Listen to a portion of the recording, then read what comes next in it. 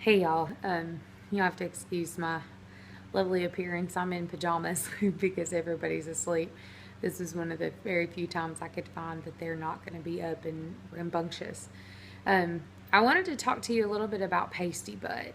It's a chick condition that you typically find when you get chicks from a large hatchery or have them shipped to you. Up until this point, every chick I have gotten has been from a breeder.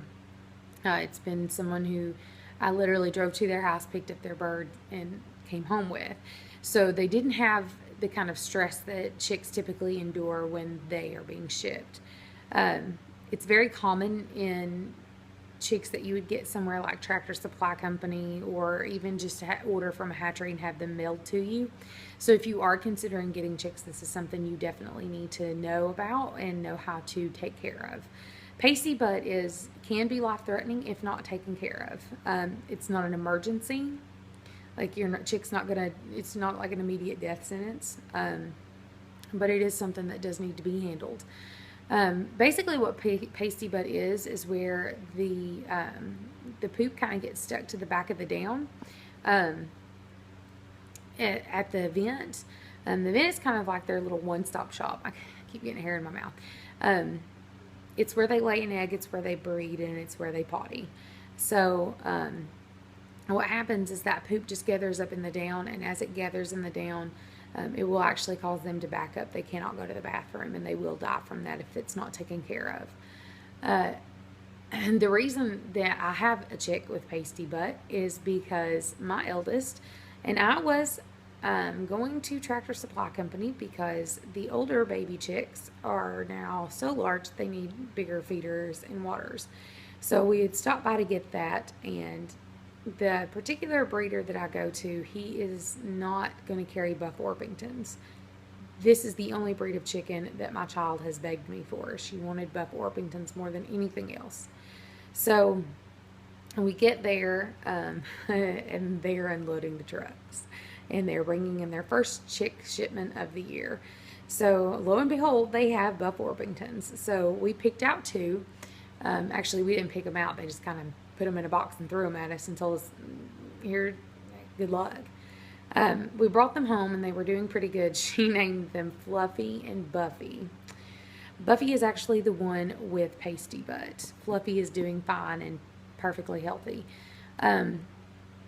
The best way to take care of pasty butt is to clean them.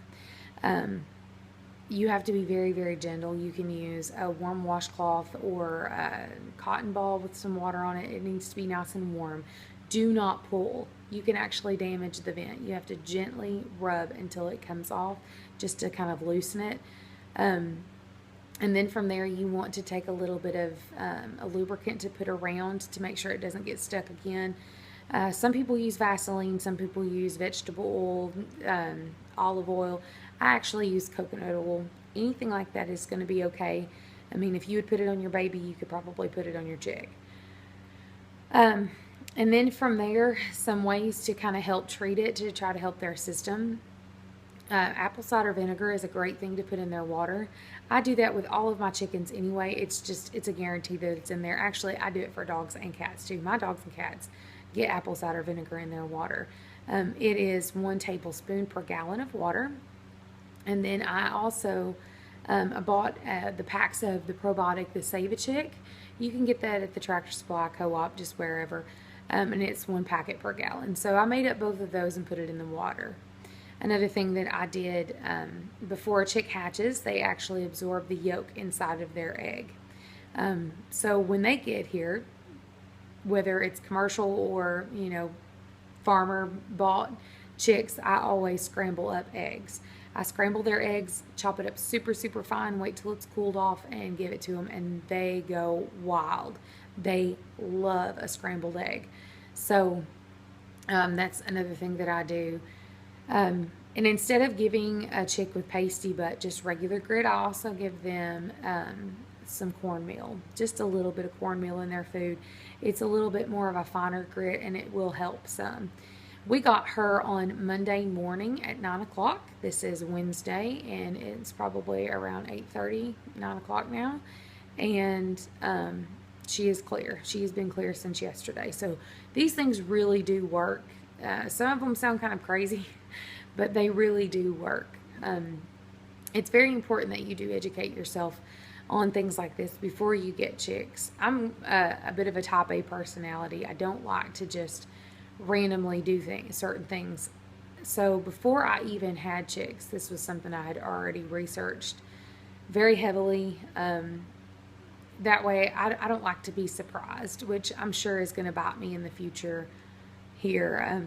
Already did when Jacques passed away. So there are things that I can control and things that I cannot control. I cannot control the fact that she got pasty butt, but I can control that it is taken care of.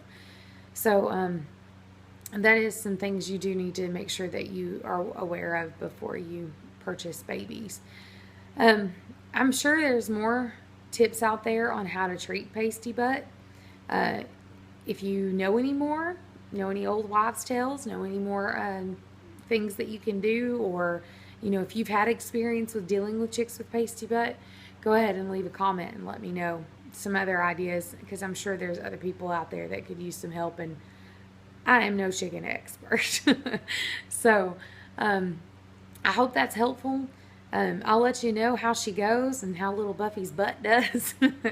So just and just like I said, if you have any tips or tricks, just leave them in the comments.